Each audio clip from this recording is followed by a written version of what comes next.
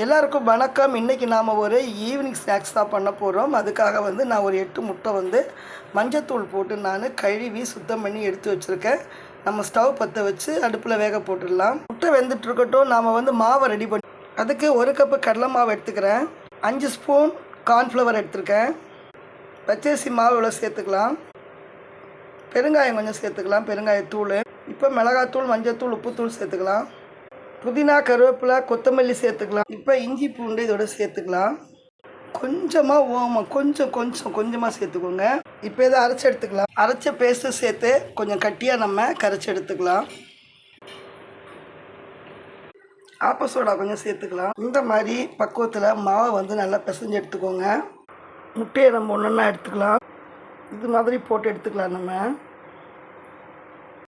சுவையான கொத்தமல்லி, முட்டை, புதினா பஜ்ஜி ரெடி.